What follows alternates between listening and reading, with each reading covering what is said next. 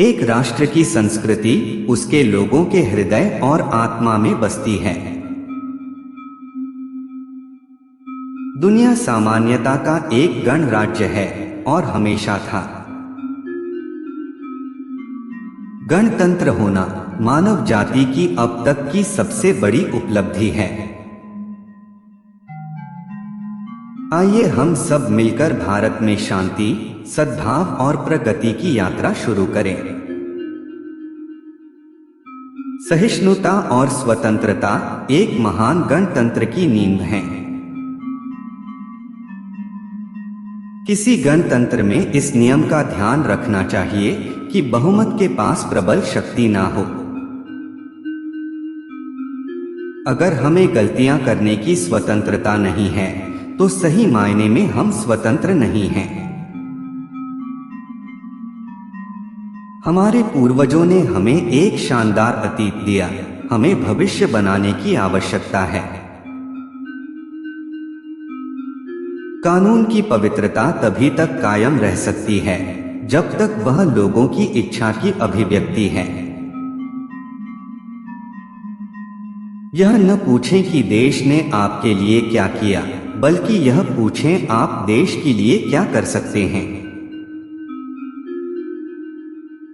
हमारा संविधान काम करता है।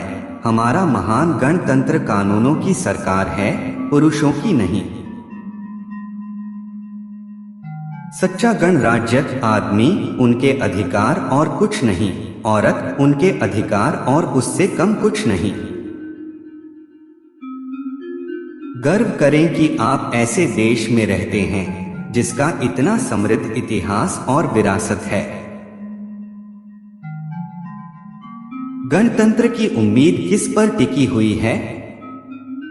एक देश, एक भाषा, एक झंडा। कानून और व्यवस्था राजनीतिक शरीर की दवा है, और जब राजनीतिक शरीर बीमार पड़े तो दवा जरूर दी जानी चाहिए। प्रेमी, कवि और पागल एक ही चीज से बने होते हैं, क्योंकि लोग अक्सर देश प्रेमी को पागल कहते हैं। हर भारतीय को अब यह भूल जाना चाहिए कि वह राजपूत, सिख या जाट है। उसे याद रखना चाहिए कि वह एक भारतीय है।